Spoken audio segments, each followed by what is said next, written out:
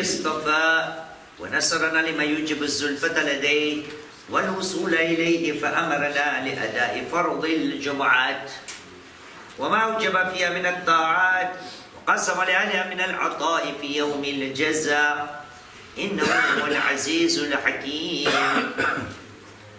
ثم الصلاة والسلام على أشرف الأنبياء والمرسلين الذي سمي في السماء بأحمد وفي الأرض بأبي القاسم محمد. اللهم صل على محمد وعلى آل بيته الطيبين الطاهرين المعصومين الذين أذهب الله عنهم الرجس وطهرهم تطهيرا. اللهم صل على محمد أجمعين من الآن إلى قيام يوم الدين.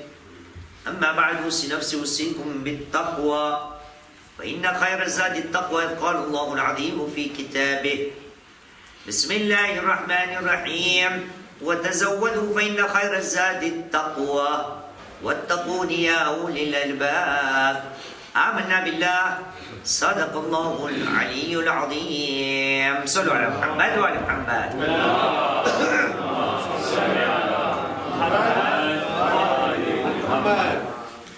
أما بعد قال الله العظيم في كتابه الكريم وهو أصدق القائلين وقوله الحق بسم الله الرحمن الرحيم في بيوت أذن الله أن ترفع ويذكر اسمه. آمنا بالله صدق الله العلي العظيم وصدق رسوله الكريم ونحن على ذلك من الشاهدين. رب اشرح لي صدري ويسر لي أمري واحلل عقدة من لساني يفقهوا قولي. صلوا على محمد وعلى محمد. اللهم صل على محمد وعلى محمد. عبد رفاقكم بالصلاة على محمد وعلى محمد. اللهم صل على محمد وعلى محمد. بالصلاة على محمد وعلى محمد. اللهم صل على محمد وعلى محمد. طيب الله أنفاسكم بالصلاة على محمد وعلى محمد. اللهم صل على محمد وعلى محمد. Chers frères, Inch'Allah Ta'ala, nous savons chacun d'entre nous que ce soir nous allons commémorer ensemble le martyre de la dame, la sainte dame Zainab alayhi salam.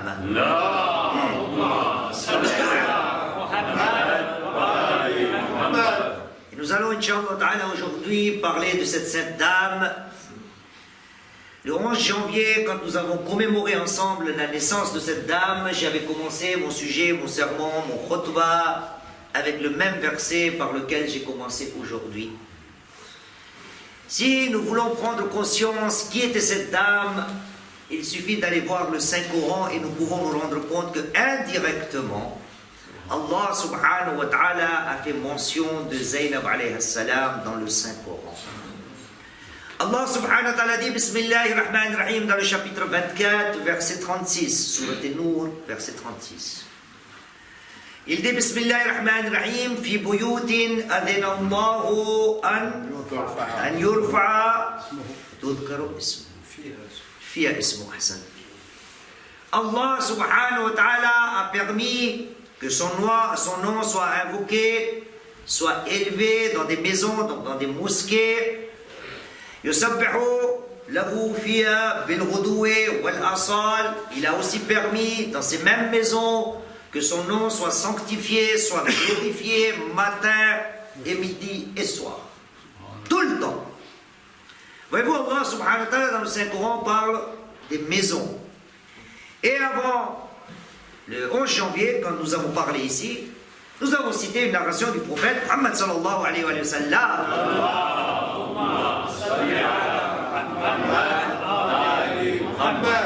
Quand ce verset a été révélé à notre prophète, sallallahu alayhi wa sallam, les disciples, les compagnons du prophète étaient assis. Et voilà qu'une question a été posée au prophète. Ya Rasulullah, ma hadhihi buyut? De quelle maison s'agit-il dans ce verset? Le prophète a répondu Buyutul Anbiya, la maison des prophète.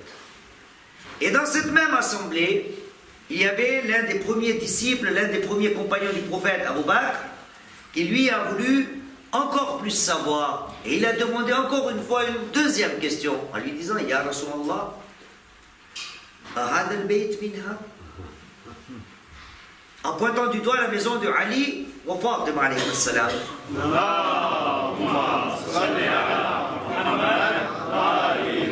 Est-ce que la maison de Ali est Fatima? Pourquoi? Ali n'est pas un prophète.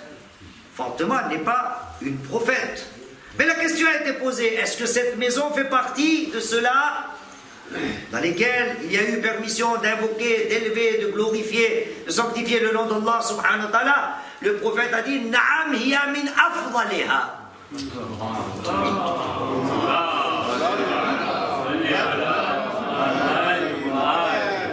Oui, bien sûr, elle en fait partie, non seulement elle en fait partie, mais elle en fait partie parmi les meilleures des maisons. Et donc cette maison, la maison de Ali et Fatima alayhi salam, c'est dans cette maison-là qu'il y a eu la naissance de Zaynab alayhi salam. Voyez-vous, voilà de quelle manière Zaynab alayhi salam, indirectement dirais-je, est mentionnée dans le Saint-Coran. Que pouvons-nous apprendre de cette dame? Voyez-vous, cette dame a été nommée par notre quatrième imam, l'imam Zaynul Abidin, Sayyidou Sajidin.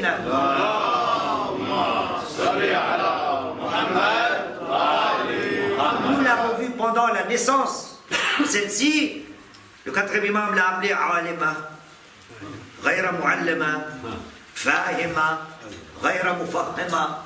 Tous ces titres-là ont été donnés et légués par notre quatrième imam à la Sainte Zaynab.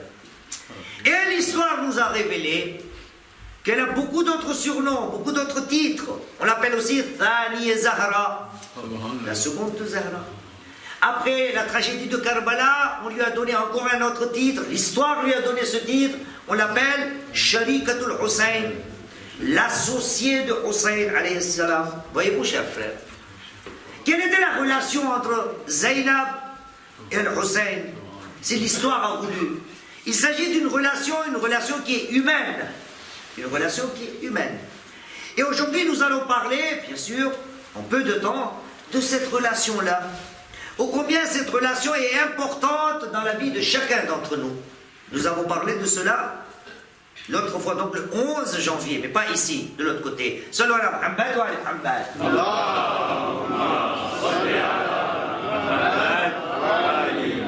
Voyez-vous, Allah subhanahu wa ta'ala a jugé utile de mentionner chaque sorte de relation ou de lien de parenté dans le Saint-Coran. Il y en a plusieurs. Par exemple, la relation des frères entre eux. Est-ce qu'il y a mention de cela dans le Saint-Coran? Des frères entre eux, ça existe dans le Coran? Oui, oui. Non, les frères entre eux. L'histoire des frères entre eux. Allah subhanahu wa ta'ala, Yusuf, chapitre 12, verset 7, Allah subhanahu wa ta'ala dit, Bismillahirrahmanirrahim, laqad kana fi Yusuf wa ikhwatihi ayatul lisailin. Donc Allah est partout, dans chaque relation, il y a des versets que nous avons. Et donc, alhamdulillah, les frères sont mentionnés dans le Saint-Coran. Et il y en a pire que celui-là, que les frères de Yusuf. C'est lequel? Habil al-Qabil, il y en a un qui tue l'autre. Donc voyez-vous, l'histoire des frères dans le Saint-Coran existe. L'histoire de mari et femme, les époux. D'ailleurs, si nous analysons, cela fait partie des relations, la première des relations dans le monde est mari et femme, épouse, Adam. Mari et femme dans le Saint-Coran, nous avons Ibrahim et Hajar. Mari et femme dans le Saint-Coran, nous avons Nour, Lot et ses femmes. Nous avons aussi mention du prophète et de ses femmes, de Yusuf et Zulaykha, et ainsi de suite, de Pharaon et de Assia. Donc mari et femme, cette relation existe dans le Saint-Coran. La relation père-fils, est-ce qu'elle existe? Ibrahim et son fils, Ibrahim et son père, bien sûr c'est son oncle. Luqman et son fils. Donc cette relation-là aussi, elle existe. La relation père-fille, est-ce qu'elle existe? Père-fille, oui, Mariam. Mariam bint Imran, celui qui l'a éduqué, Zacharia. Donc il y a mention de Zacharia et Mariam. Il y a aussi mention père-fille de Shu'aib et ses filles. Hein? Comment? Non, père-fille. Père-fille. Bien. Nous avons toutes ces mentions-là. Est-ce que nous avons mention des sœurs dans le Saint-Coran? Oui. Les filles de Nabiullah Shu'aib, alayhi salam, de quelle manière elles se comportent, combien elles étaient chastes. Tamshi ahdahuma c'est qui tout ça? Sourate Al-Qasas. C'est encore une autre relation de l'humanité. C'est quoi? Les sœurs entre eux. Y a-t-il la relation mère-fille? Oui. La mère de Moussa et sa fille Kulthum. Il y a aussi la relation de mère et fille qui est mentionnée dans le Saint-Coran. Et ainsi de suite, toutes les relations sont mentionnées dans le Saint-Coran, le voisinage.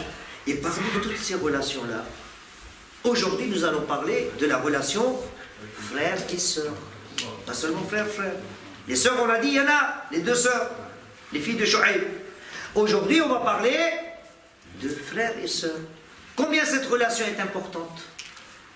Et à nous de se poser la question, si dans ma communauté, si dans la société, cette relation-là n'est pas prise en compte, nous n'avons pas conscience de cette relation-là, ou que si cette relation-là est entachée, il y a un problème. Parce que Allah subhanahu wa ta'ala dans le Saint-Coran a jugé utile de mentionner en poussant cette relation-là. Il n'y a pas besoin de le mentionner, et pourtant il le mentionne. Pourquoi? J'avais dit dans l'autre discours, Allah subhanahu wa ta'ala n'est pas Cheikh Moïse. C'est Cheikh Moïse qui ajoute des phrases sur phrases sur phrases sur phrases pour passer un peu le temps. Allah subhanahu wa ta'ala n'a pas besoin de mettre des choses qui sont inutiles dans le Saint-Coran. S'il a fait mention de cette relation-là, c'est pour nous envoyer un message, pour nous montrer quelque chose. Voyez-vous, durant mes discours, tous les jours, aujourd'hui aussi d'ailleurs, alhamdoulilah, j'ai pris cette bonne habitude-là, je cite souvent le dua de Nabiullah Moussa alayhi salam. Au début de chacun de mes discours. C'est un dua qui est dans le Saint-Coran, dans le chapitre 20, à partir du verset 24. Nabiullah Moussa, Allah fait mention, il dit Bismillah ar-Rahman ar-Rahim, Qala, Rabbi shrah li sadri wa yassir li amri, ainsi de suite, jusqu'à que donne-moi un frère. Pourquoi faire? Afin que nous pensons à toi, à Haroun, il a demandé tout. Allah subhanahu wa ta'ala lui dit, c'est bon, tu m'as demandé, je vais exaucer ton vœu. Allah dit à Moussa, je vais exaucer ton vœu. Mais il lui rappelle, il dit à Moussa, sache une chose. Si aujourd'hui tu nous demandes quelque chose, n'oublie pas que nous avons déjà avant cela exaucé ton vœu. Nous t'avons déjà fait une faveur avant celle-ci. Moussa demandait une faveur. Donne-moi la force. Donne-moi quelqu'un qui va me soutenir. Haruna Akhi, mon frère. Dans le verset 38, donc chapitre 20, verset 38, Allah subhanahu wa ta'ala rappelle à Moussa. Il lui dit, Moussa, وَلَقَدْ مَنَنَّ عَلَيْكَ مَرَّةً أُخْرَى. 20, 38. N'oublie pas, Moussa, nous avons déjà fait des efforts, des faveurs à toi avant. Comment? Allah subhanahu wa ta'ala nous rappelle. Sallu ala Muhammad wa ala Muhammad.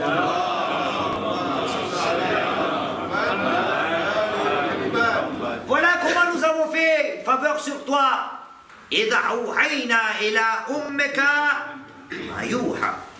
Rappelle-toi, Moussa, nous avons révélé à ta mère, nous avons fait une révélation, ce qu'il devait faire, ce qu'elle devait faire. 39, nous lui avons dit à ta mère,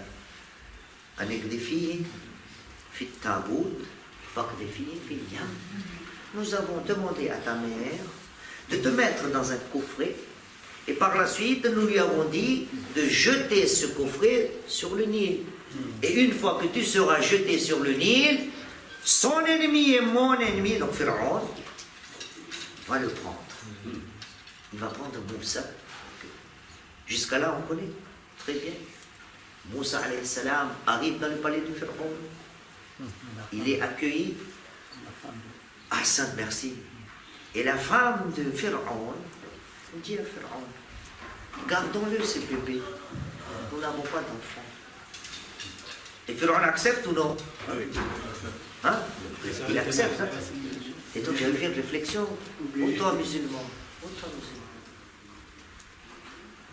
quand une dame demande quelque chose à Pharaon, le pharaon, un tyran, Pharaon accepte. Il écoute sa femme. Toi musulman, demande-toi la question, des fois ne t'arrive-t-il pas d'être pire que Pharaon? Pharaon, un tyran, l'ennemi d'Allah subhanahu wa ta'ala, quand lui, sa femme lui dit quelque chose, il accepte. Il prend en considération la demande de sa femme. Moi, j'ai pris mon exemple l'autre fois. Ma femme me dit, on va aller en pique-nique. Non, non, non, non, non, non, non, non, moi je vais aller jouer au foot. Elle me dit, pouvez-vous venir avec nous, nous allons faire les courses, on a besoin de telle chose dans la maison. Non, non, non, non, non, non, non, non, non, moi je dois aller avec mes amis et mes copains. Les poules, j'ai déjà dit, vous n'écoutez pas. Sallu ala Muhammad wa ala Muhammad, j'ai déjà dit. La femme de Pharaon, quand elle demande quelque chose, Pharaon accepte. Cher frère musulman, pose-toi la question, ne t'arrive-t-il pas d'être pire que Pharaon? Nabi Moussa, mais Pharaon est là, il veut tuer les enfants. Et Nabi Moussa n'est pas prêt à manger quelque chose. Personne n'est capable de lui donner quelque chose. Et dans le verset 40, chapitre 20, verset 40, Allah subhanahu wa ta'ala dit, rappelle à Moussa, oh Moussa, nous t'avons fait une faveur. Tu te souviens pas? إذ تمشي أختك فتقول هل أدلكم على من يكفله فرجعناك إلى أمك كي تقر عينها ولا تحزن. Moussa, rappelle-toi, quand tu as été jeté dans le Nil, dans le coffret, إذ تمشي أختك, ta sœur était en train de marcher derrière toi, jusqu'au point qu'elle arrive dans le palais et qu'elle dise, voulez-vous que je vous montre une dame qui peut s'occuper de cet enfant? Moussa, rappelle-toi. Comment bien traduire Raja'naka ila ummik? Nous t'avons rendu à ta mère afin qu'elle se réjouisse, qu'elle ne soit pas attristée. Oh Moussa, rappelle-toi de cela. Moi je dis, ya Allah, il fallait juste dire à Moussa, ya Moussa, vous étiez dans de beaux droits, vous étiez chez Pharaon, entre guillemets, on va dire que c'était foutu pour vous. C'était foutu. Et qu'est-ce qu'on a fait? On a fait en sorte que nous avons envoyé ta mère là-bas pour t'allaiter et tu étais entre de bonnes mains ou de bonnes mains. Pourquoi avoir mentionné إِذْ تَمْشِي أُخْتُكَ? Y avait-il besoin de mentionner que c'est ta sœur qui a fait cela? Ce n'est pas peut-être pour nous inciter, pour nous dire que dans la vie quotidienne, la relation sœur et frère est tellement naturelle et importante qu'il n'est pas possible que quelqu'un dans la communauté ait des problèmes avec sa sœur, ou la sœur ait des problèmes avec son frère. Allah subhanahu wa ta'ala est en train de dire, cette relation-là, c'est moi qui l'ai créée. Et il y va de soi que cette relation-là doit être une relation saine, remplie de compassion, remplie d'amour, remplie de compréhension, remplie de l'entraide et ainsi de suite.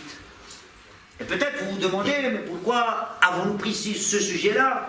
Parce que j'en connais des familles, beaucoup d'entre vous ici présents, qui ont des problèmes avec leurs sœurs, ou ce sont les sœurs qui ont des problèmes avec les frères.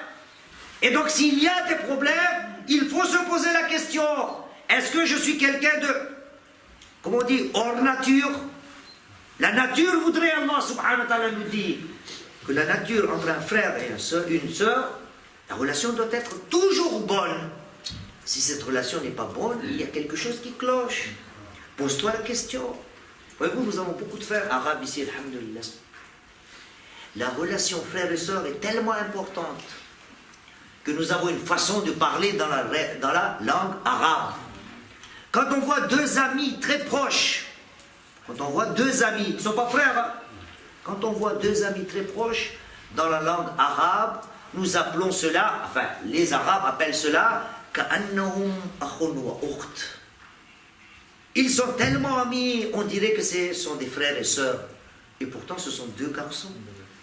Et de la même manière, quand il y a deux femmes qui sont très copines entre elles, les Arabes utilisent toujours ce même titre et ils disent كأنهم كالأخت كالأخ والأخت.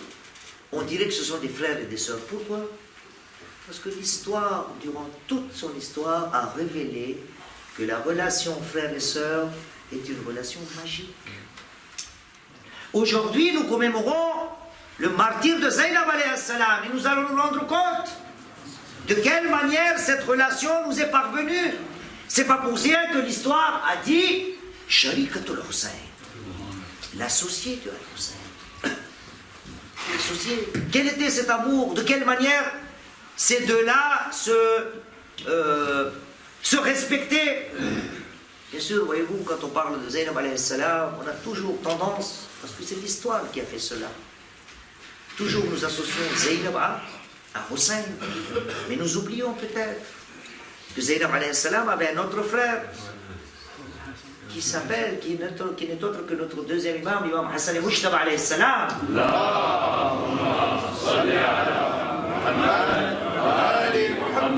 Mais l'histoire est muette pour cela. L'histoire est muette. Mais nous avons toujours quelques indices. Et si l'histoire est muette, c'est pourquoi? Parce qu'il y a un ordre de respect. Al-Hassan alayhi salam n'est autre que le grand frère de Hussein, de Zaynab, de Kulthum, et le grand frère de l'islam. Notre prophète Muhammad sallallahu alayhi wa sallam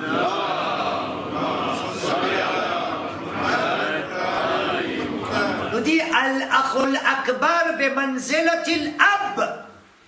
C'est un hadith du prophète. Al-Akhul Akbar bi manzilatil ab. Le grand frère a un statut qui n'est pas différent de celui d'un père. Il est comme le père. Et donc, si peut-être l'histoire est muette, parce que Hassan Mujtaba est comme un père pour Zaynab alayhi salam. Donc nous devons dire qu'il y a peut-être une distance. Mais quand il y a eu le martyre de Hassan Mujtaba, l'histoire a mentionné la phrase de Zaynab sur le cercueil de Hassan. Voici les phrases de Zaynab alayhi salam. Elle dit Va khava Hassana biman aloud. Oh Hassan, tu es parti. Chez qui vais-je chercher l'assurance? Ma sécurité, tu es parti. Voyez-vous cette relation sœur et frère? Et de l'autre côté, pour Hussein et Zaynab, nous avons beaucoup d'anecdotes. Cette sœur Zaynab alayhi salam, Hussein est plus grand que Zaynab. Nous avons des histoires. L'histoire nous regarde qu'un de ces jours, notre troisième imam, l'imam Hussein alayhi salam,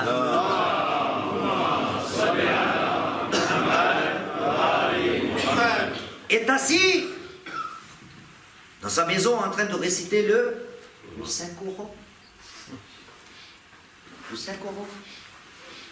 Il est assis par terre en train de réciter le Saint-Coran. Et voilà que dans la Sahn al-Bayt, donc dans la maison, cette dame, Zaynab alayhi salam, arrive. Il est assis, l'imam Hussein. Quand il voit Zaynab alayhi salam arriver, l'imam Hussein avec le Coran, il se lève pour sa sœur. Ça c'est Zaynab. C'est ça la relation entre sœur et frère. Bien sûr, vous me direz, il y a bien des gens qui n'ont pas de sœur. Bien sûr, le sujet d'aujourd'hui n'est pas pour ceux qui n'ont pas des sœurs. Le sujet aujourd'hui, c'est pour ceux qui ont des sœurs. Estime-toi heureux qu'Allah subhanahu wa ta'ala t'a donné des sœurs, ou dans le sens contraire, parce que nous avons des dames qui nous écoutent. Estime-toi heureuse, oh ma sœur, si tu as un frère. Cette relation entre frères et sœurs est une relation sacrée. S'il y a des problèmes, le problème vient de toi, aux frères, ou vient de toi, aux sœurs.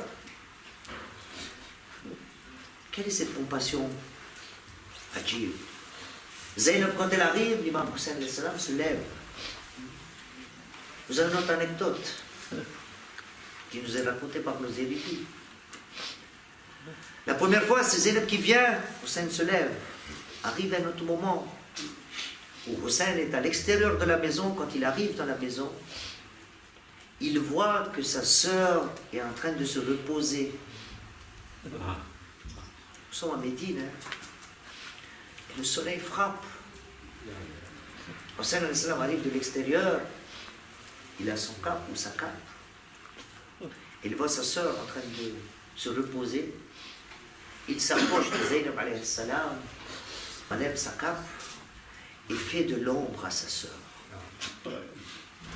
Et quand la fraîcheur de cette ombre arrive sur Zaynab, elle ouvre les yeux, elle dit Oh mon frère, qu'est-ce que vous faites? Et là, Hussein dit, je suis en train de te faire de l'ombre car le soleil frappe ou tape. Et là, cela me fait penser à Karbala. Ce Hussein qui n'est pas prêt à supporter que la chaleur du soleil frappe Zaynab alayhi salam. Cette dame a été martyrisée à Karbala. On a égorgé devant lui ses enfants. On a égorgé devant lui son frère. Non seulement égorgé, on a piétiné les cadavres de ces gens que Zaynab alayhi salam aimait. Chers frères, quand nous mentionnons Zaynab alayhi salam, voici une des leçons que nous pouvons prendre de Zaynab. La relation frère et sœur ou la relation sœur et frère. هذا والحمد لله رب العالمين. ربنا تقبل منا إنك أنت السميع العليم. بسم الله الرحمن الرحيم. والعصر إن الإنسان لفي خسر إلا الذين آمنوا وعملوا الصالحات وتواصوا بالحق وتواصوا بالصبر.